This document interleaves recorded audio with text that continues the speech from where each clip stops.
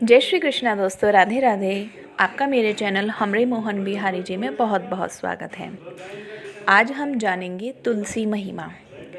वैसे तो तुलसी की महिमा बहुत प्रभावशाली है, बहुत पवित्र है, लेकिन कार्तिक मास में तुलसी की महिमा 100 गुना ज़्यादा बढ़ जाती है।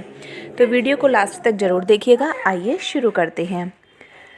कार्तिक मास में जो भक्त नित्य स्नान करके पवित्र होकर कोमल तुलसी दल से भगवान विष्णु की पूजा करते हैं, वह निश्चय ही मोक्ष पाते हैं।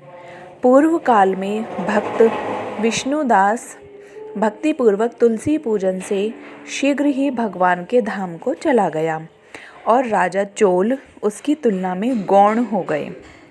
तुलसी से भगवान की पूजा पाप का नाश और पुण्य की वृद्धि करने वाली है। अपनी लगाई हुई तुलसी जितना ही अपनी जड़ को फैलाती है, उतने ही सहस्त्र युगों तक मनुष्य ब्रह्मलोक में प्रतिष्ठित रहता है। यदि कोई तुलसी मिले जल में स्नान करता है तो वह पाप मुक्त होकर धन्य हो जाता है। यानी कि यदि कोई अपने नहाने के पानी में तुलसी दल मिला करके नहाता है तो वह पाप मुक्त होकर के धन्य हो जाता है। जिसके घर में तुलसी का पौधा विद्यमान है, उसका घर तीर्थ के समान है।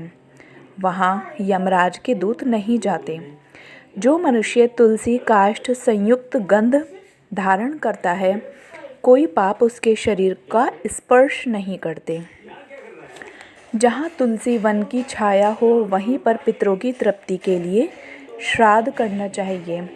जिसके कान में, मुख में और मस्तक पर तुलसी के पत्ते की छाया यानी कि तुलसी की शेप वाला टीका लगाया जाए, दिखाई दे तो उस पर प्रेत की छाया नहीं पड़ सकती। आदि काल में हरिमेधा और सुमेधा नामक 2 ब्राह्मण थे। वह जाते जाते किसी दुर्गम वन में परिश्रम से व्याकुल हो गए। वहाँ उन्होंने एक स्थान पर तुलसी दल देखा।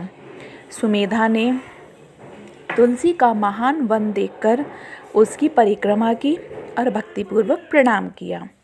यह देख हरिमेधा ने पूछा कि तुमने अन्य सभी देवताओं व तीर्थ व्रतों के रहते तुलसी वन को प्रणाम क्यों किया? तो सुमेधा ने बताया, प्राचीन काल में जब दुर्वासा के श्राप से इंद्र का ऐश्वर्य छिन गया, तब देवताओं और असुरों ने मिलकर समुद्र मंथन किया था। तो धन्वंतरी रूप भगवान श्री हरि और दिव्य औषधियाँ प्रकट हुई। उन दिव्य औषधियों में मंडलाकार तुलसी भी उत्पन्न हुई, जिन्हें ब्रह्मा आदि देवताओं ने श्री हरि को समर्पित कर दिया और भगवान ने उसे ग्रहण कर लिया।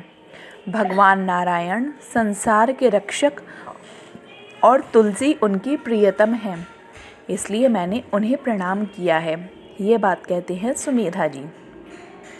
सुमेधा इस प्रकार कह ही रहे थे कि सूर्य के समान अत्यंत तेजस्वी विशाल विमान उनके सामने आकर उतरा। उन दोनों के सामने ही वहाँ एक बरगद का वृक्ष गिरा और उसमें से 2 दिव्य पुरुष प्रकट हुए। उन दोनों ने हरिमेधा और सुमेधा को प्रणाम किया। जो दिव्य 2 पुरुष प्रकट हुए उन्होंने। तब दोनों ब्राह्मणों ने उनसे पूछा कि आप कौन हैं? तब उनमें से जो बड़ा था वह बोला, मेरा नाम आस्तिक है। एक दिन मैं नंदन वन में क्रीड़ा करने गया था, तो देवंगनाओं ने मेरे साथ इच्छा अनुसार विहार किया। उस समय उन युवतियों के हार के मोती टूटकर तपस्या करते हुए लोमश ऋषि पर गिर पड़े। यह देखकर मुनि को क्रोध आया।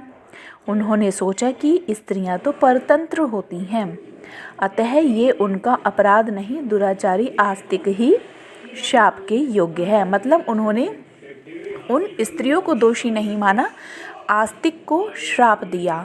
ऐसा सोचकर उन्होंने मुझे शापित किया। ये बात आस्तिक कहते हैं। अरे तू ब्रह्म राक्षस होकर बरगद के पेड़ पर निवास कर। जब मैंने विनती से उन्हें प्रसन्न किया तो उन्होंने शाप से मुक्ति की विधि सुनिश्चित कर दी कि जब तू किसी ब्राह्मण के मुख से तुलसी दल की महिमा सुनेगा। वहाँ पर खड़े हुए सुमेधा जी ने तुलसी दल की महिमा सुनाई तो उससे आसक्ति की मुक्ति हो गई। विधि सुनिश्चित की कि जब तू किसी ब्राह्मण के मुख से तुलसी दल की महिमा सुनेगा तो तत्काल तुझे उत्तम मोक्ष प्राप्त होगा। इतना प्रभावशाली है तुलसी की महिमा। इस प्रकार मुक्ति का शाप पाकर मैं चिरकाल से इस वट वृक्ष पर निवास करता था। आज देववश आपके दर्शन से मेरा छुटकारा हुआ है।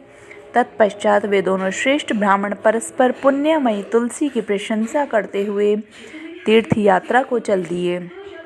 इसलिए भगवान विष्णु को प्रसन्नता देने वाले इस कार्तिक मास में तुलसी की पूजा अवश्य करनी चाहिए।